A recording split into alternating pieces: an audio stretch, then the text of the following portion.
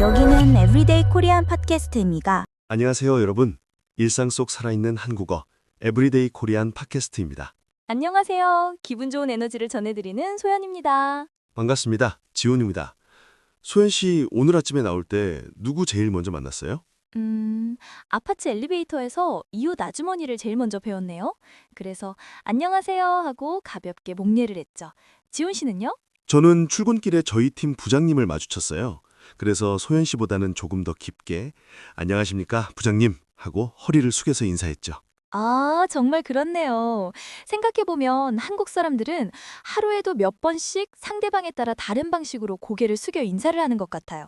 이게 참 자연스러우면서도 외국인 친구들한테는 조금 어렵게 느껴질 수도 있겠다는 생각이 들어요. 맞아요. 바로 그게 오늘 저희가 이야기 나눌 주제입니다. 오늘의 주제는 바로 인사문화, 단순한 고개 숙임, 그 이상입니다. 한국에서는 인사가 단순한 예절이 아니거든요.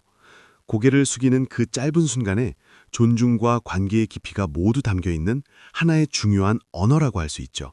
와, 인사가 언어다라는 표현 정말 와닿는데요? 그럼 오늘 지훈 씨가 그 언어를 쉽고 재미있게 알려주시는 건가요? 그럼요. 저와 소연 씨의 경험을 바탕으로 청취자 여러분들이 한국의 인사 문화를 좀 더 깊이 이해하고 자연스럽게 사용하실 수 있도록 도와드릴게요. 그럼 본격적으로 시작해 볼까요? 소연 씨, 인사라는 말을 들으면 어떤 단어가 가장 먼저 떠오르세요? 예의? 아니면 존중? 아무래도 윗사람에게 예의를 갖추고 존중을 표현하는 첫 번째 행동이니까요. 정확해요. 한국의 인사 문화의 핵심은 바로 그 존중과 관계에 있어요. 서양 문화권에서는 보통 악수나 가벼운 포옹, 하이 같은 말로 인사를 대신하는 경우가 많잖아요.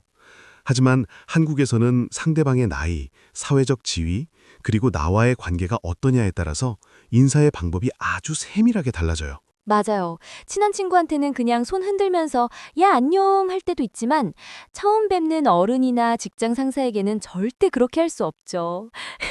그랬다가는 정말 큰일 나요. 그렇죠. 저는 그래서 인사를 관계의 거울이라고 생각해요. 관계의 거울이요? 와, 비유가 정말 멋진데요? 네. 거울이 우리의 모습을 그대로 비춰주듯이 인사는 두 사람 사이의 관계가 어떤지를 그대로 보여주거든요. 내가 상대방을 얼마나 존중하는지, 우리가 얼마나 가까운 사이인지, 혹은 아직은 좀 어색하고 어려운 사이인지를 인사를 통해 짐작할 수 있는 거죠. 듣고 보니 정말 그렇네요.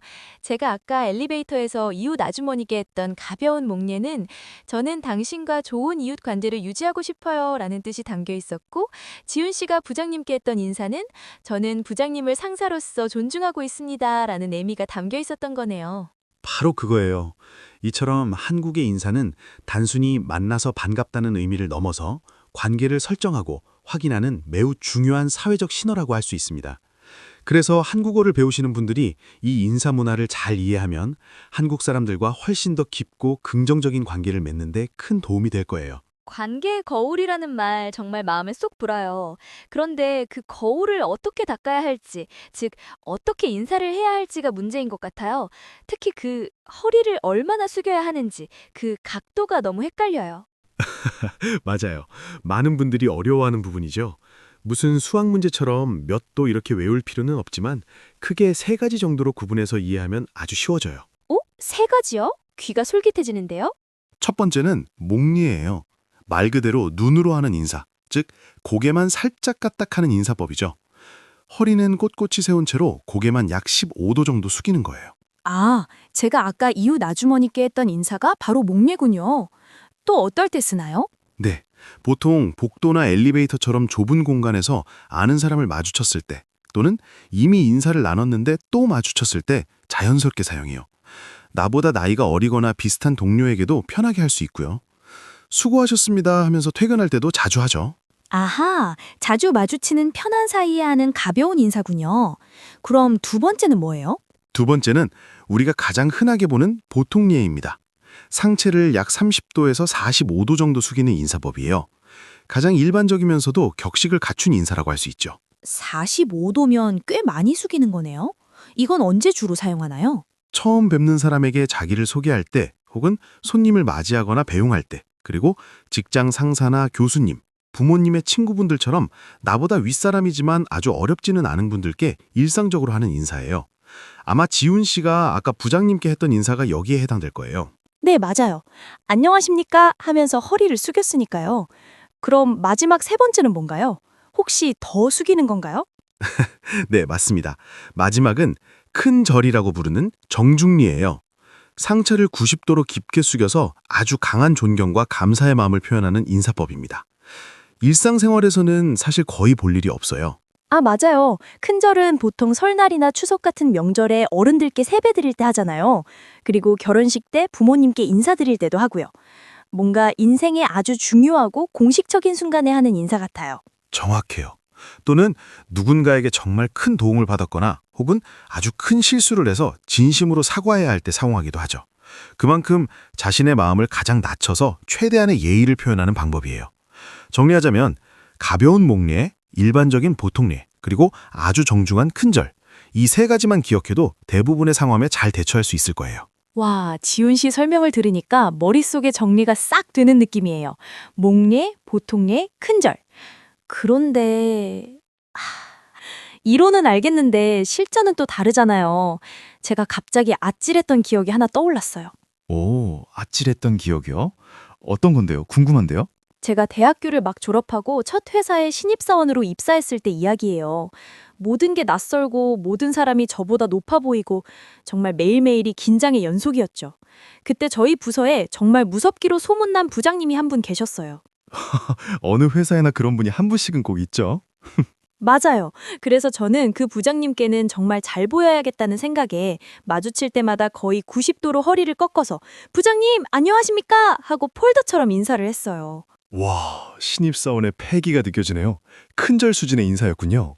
네. 그런데 어느 날 부장님이 저를 조용히 부르시더니 소연 씨, 그렇게까지 인사 안 해도 돼. 허리 다치겠다. 그냥 편하게 해. 라고 말씀하시는 거예요. 저는 칭찬인 줄 알았는데 나중에 동기한테 들어보니까 다른 직원들이 저를 보고 너무 과하다고 오히려 부장님을 불편하게 만드는 것 같다고 수근거렸다는 거예요. 아, 그랬군요. 좋은 의도로 한 행동인데 오히려 부담을 준 상황이 됐네요. 맞아요. 너무 잘하려고만 했지 상황과 자연스러움을 전혀 고려하지 못했던 거죠. 그 뒤로는 한동안 사람들을 마주치는 게 무서웠어요. 이 사람한테는 얼마나 숙여야 하지? 저 사람한테는? 머릿속으로 계속 각도만 계산하게 되고요. 정말 인사 노이로제에 걸려냈다니까요. 충분히 그럴 수 있어요. 소연 씨의 그 경험이 사실 많은 한국인들도 겪고 특히 한국 문화를 배우는 외국인 학습자들이 가장 어려워하는 지점이라고 생각해요. 이게 바로 눈치와 관련된 부분이거든요. 아, 눈치. 한국 생활에서 정말 빼놓을 수 없는 단어죠. 네. 눈치라는 건 글자 그대로 번역하기는 어렵지만 주변 상황이나 다른 사람의 기분, 분위기를 빠르게 파악해서 그에 맞게 행동하는 능력을 의미해요. 인사도 마찬가지예요. 규칙처럼 정해진 건 없지만 그 상황의 분위기, 상대방의 표정, 우리 둘의 관계 등을 종합적으로 눈치껏 파악해서 자연스럽게 행동하는 게 중요하죠. 맞아요. 그때 부장님은 제가 너무 깍듯하게 인사하니까 오히려 거리를 두는 것처럼 느끼셨을 수도 있겠네요. 그냥 다른 직원들처럼 자연스럽게 45도 정도로 인사했으면 됐을 텐데요. 제 이야기가 청취자분들께는 너무 과한 것도 좋지 않다는 교훈이 되었으면 좋겠네요. 소연 씨의 경험담 덕분에 이야기가 훨씬 더 풍부해졌네요. 그런데 방금 소연 씨가 말한 것처럼 실수할까봐 두려운 마음 때문에 아예 인사를 피하게 되는 경우도 많다고 들었어요. 네, 제 외국인 친구가 딱 그랬어요. 한국 드라마를 보고 인사법이 중요하다는 건 알겠는데 누구에게, 언제, 어떻게 해야 할지 너무 복잡해서 그냥 어색하게 웃기만 한대요. 괜히 실수해서 예의 없는 사람으로 보일까봐 걱정된다고요. 아, 정말 공감 가는 걱정이에요. 아마 많은 청취자분들도 비슷한 고민을 하고 계실 것 같아요. 하지만 저는 꼭 말씀드리고 싶어요. 전혀 걱정할 필요 없다고요. 오, 지은 씨의 꿀팁이 나올 시간인가요? 꿀팁이라기보다는 마음가짐에 대한 이야기인데요. 한국 사람들은 외국인이 한국의 인사 문화를 완벽하게 따라하지 못하는 걸 당연하게 생각해요.